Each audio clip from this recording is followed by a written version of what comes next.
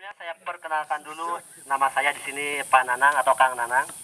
Alhamdulillah saya ditunjuk sebagai koordinator di Gunung Padang ini, yang mana tugas pokok saya di sini yang pertama mengamankan situs, melestarikan, melayani, koordinasi, itu fungsi saya di sini sebagai juru pelihara. Sebelumnya saya jelaskan latar belakang penemuan situs Gunung Padang ini, karena kalau kita tidak tahu awal asal semula ini dulu seperti apa atau diketemukan tahun berapa, kan kita itu tidak tahu akan sejarah. Pertama, Gunung Padang ini dulu diketemukan tahun 1914 oleh Enjekrum orang Belanda. Ketika dulu lagi di sini lagi memantau perkebunan teh semua. Kemudian pada tahun 1979 situs ini ditemukan oleh masyarakat. Sebetulnya jauh ke belakang situs ini telah ditemukan. Bahkan saya punya catatan 1763 situs ini telah ditemukan. Bahkan telah difungsikan sebagai upacara-upacara religi atau spiritual sejak dahulu. Nah itu.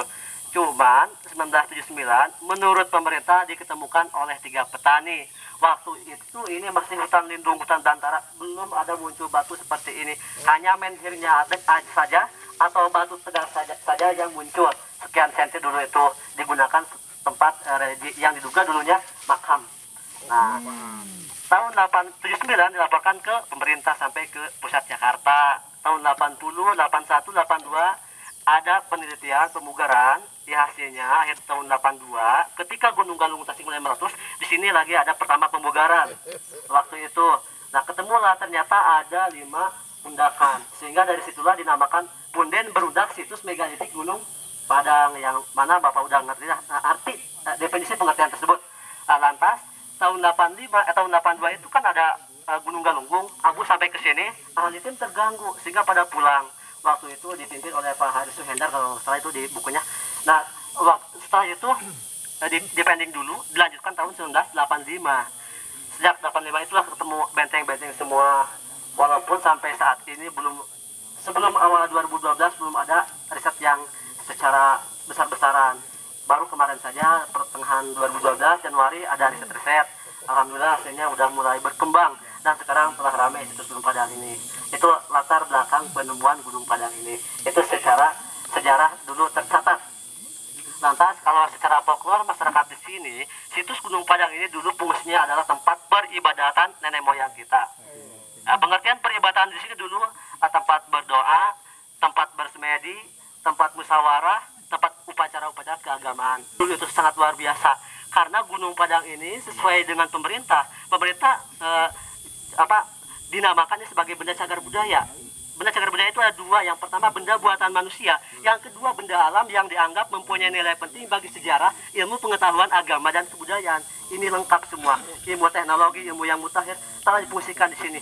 Jadi ternyata nenek moyang kita dulu luar biasa, sudah pintar-pintar. Nah itu yang bisa saya sampaikan. Sebetulnya masih banyak dari sisi mistisnya, misi religinya, tetapi karena saya dibatasi waktu mungkin masih ada yang. Kenapa dikasih nama Gunung Padang? Oh ya, Orang Padang dulu sini orang Padang. kenapa dinamakan Gunung Padang? Menurut yang saya dapati dari berbagai sejarawan budayawan, dan ini asli masyarakat dulu di sini, bahkan saya sendiri menanyakan kepada kakek saya dulu ketika saya lagi kecil, kayak apakah nama Gunung Padang dari dulu namanya Gunung Padang? Dek, cuman bahasa Sunda, ini buat sambung bibir saya. Kata kakek saya, kakek lagi kecil, ini masih hutan, ini puncak namanya Gunung Padang. Kata kakek, walaupun sebelumnya ada istilah Nagara Siang Padang sebelum nama Gunung Padang. Nah itu. Nah, saya tanya, apa artinya Padang itu? Padang itu bahasa Sunda dulu. Padang itu betul Pak, terang atau cahaya. Jadi Gunung Padang itu gunung cahaya atau bukit cahaya atau gunung yang bercahaya. Ya, kita di Jawa Barat di Indonesia, alhamdulillah Pak punya Gunung Padang, tidak kalah oleh orang Timur Tengah di Arab. Punya Jabal Nur. Jabal Nur itu bahasa Arab, Jabal itu bukit, Nur itu cahaya, artinya bukit cahaya. Sama dengan ini Gunung Padang, bahasa Sunda bukit cahaya. Nah itu. Dan batu Gunung Padang ciptaan siapa? Batu Jabal Nur ciptaan siapa? Betul Pak. Tuhan yang Maha Esa, manusia. Profesor mengaku tidak ada yang bisa membuat batu Pak.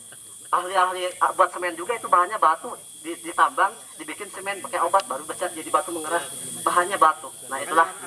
Nah itu Pak, itu yang masih banyak, tapi berkenakan waktu masih ada narasumber Pak Andang, Pak Ali juga yang lebih paham tentang secara geologisnya, arkeologisnya, bahwa mungkin secara astronominya juga. Ya mungkin saya sebagai jujur bicara di sini untuk penjelasan kurang dan lebihnya mohon maaf bila ada kata-kata yang salah, itu hasil kebodohan saya pribadi, dan bila ada kata-kata yang benar semata-mata topik dari Tuhan Yang Maha Esa. Akhirul kalam, assalamualaikum warahmatullahi wabarakatuh.